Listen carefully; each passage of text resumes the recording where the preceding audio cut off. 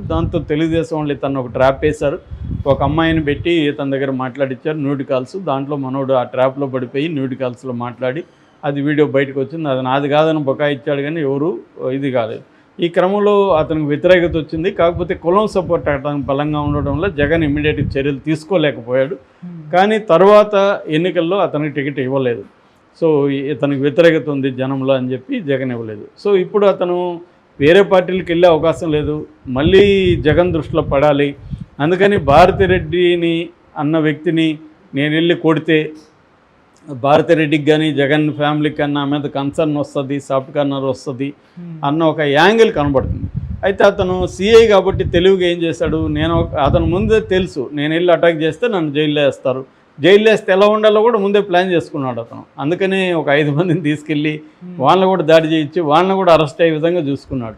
ఎందుకంటే 5 మందితో జైల్లో ఉంటే జైల్లో తనకి అనేక సౌకర్యాలు అవన్నీ మీడియేషన్ చేయాలన్నా, లేకపోతే హెల్పర్లు కావాలన్నా, లేకపోతే ఏదన్నా గేమ్స్ ఆడుకోవాలన్నా తన మనుషులు ఉండాలి, వాళ్ళతో డిస్కస్ చేసుకోవడానికి కానీ అన్ని రకాల పనులకు పనికొస్తారని చెప్పి ముందుగానే ప్లాన్ చేసుకుని 5 మందిని పట్టుకుపోయాడు. సో 5 మందికి కూడా ఇప్పుడు బెయిల్ ఇప్పించగలిగాడు. ఒక రకంగా మాధవ్కి చెడ్డ పేరు వచ్చింది, దీనివల్ల మంచి పేరు కూడా వచ్చింది. అంటే వైసీపీలో ఇవాళ అందరూ భయపడుతున్న టైంలో మాధవ్ ధైర్యంగా నిలబడి ఫైట్ చేస్తున్నాడు అన్న ఒక ఇది మాధవ్కి అయితే ఖచ్చితంగా వచ్చింది. ఎందుకంటే ప్రతిపక్షంలో ఉన్నప్పుడు ఇలాంటి వాళ్ళకే మంచి పేరు వస్తుంది. ఇలాంటి వాళ్ళ అవసరం ప్రతిపక్షాలకు ఉంటుంది. ఎందుకంటే తెలుగుదేశం కూటమి ప్రభుత్వం చాలా సివియర్గా ఎప్పుడూ లేనంతగా వైసీపీ మీద అన్ని వైపుల నుంచి దాడులు చేస్తున్న టైంలో ధైర్యంగా నిలబడి గ్రౌండ్ స్ట్రీట్ బ్యాటిల్ అంటాం, స్ట్రీట్ బ్యాటిల్లో నిలబడి పోరాడే వాళ్ళు తగ్గిపోతారు, అందరూ సైలెంట్ అయిపోతారు.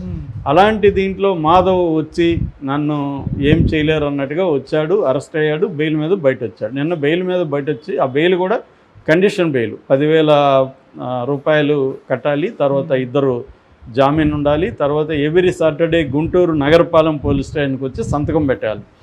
ఇవన్నీ బాగానే ఉందండి. అయితే నిన్న ఆయన మళ్ళీ మీడియాతో మాట్లాడాడు. చంద్రబాబు నా పెక్క మీద ఎండ్రుకు కూడా పేకలేడు అనే ఒక స్టేట్మెంట్ ఇవ్వడం వల్ల మళ్ళీ కాంట్రవర్సీలోకి వెళ్ళాడు. మరి దీని మీద మళ్ళీ ఒక కేసు పెడతారేమో చూడాలి. ఆయన దానికి కూడా చెబుతున్నాడు, మేము ఎన్ని కేసులు పెట్టినా నన్ను మీరేం పీకలేరు, మా వైసీపీ మేము నిలబడతాం గట్టిగా అని ఒక ధైర్యాన్ని దమ్ముని ఇచ్చే విధంగా ఆయన మాట్లాడాడు.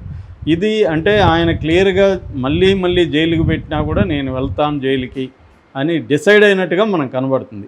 నిజానికి వైసీపీకి అటువంటి వాళ్ళ అవసరం ఇప్పుడు ఉంది. ఎందుకంటే మంచో చెడు మూర్ఖంగా ఈ ప్రభుత్వాన్ని ఎదుర్కొని కేసులు పెడతారో పెట్టుకోండి, జైలుకి పంపిస్తారో పంపించుకోండి, కొడతారో కొట్టండి అన్న పద్ధతిలో నిలబడే వాళ్ళు ఇప్పుడు వైసీపీ పార్టీకి అవసరం. ఆ రకంగా ఇతను తన పరిస్థితిని అంచనా వేసుకొని తనకు అనుకూలంగా మర్చుకుంటున్నట్టుగా మనకి మాధవ్ అనే ఎంపీ ఎక్స్ ఎంపీ చేస్తున్నట్టుగా మనకి అర్థమవుతుంది.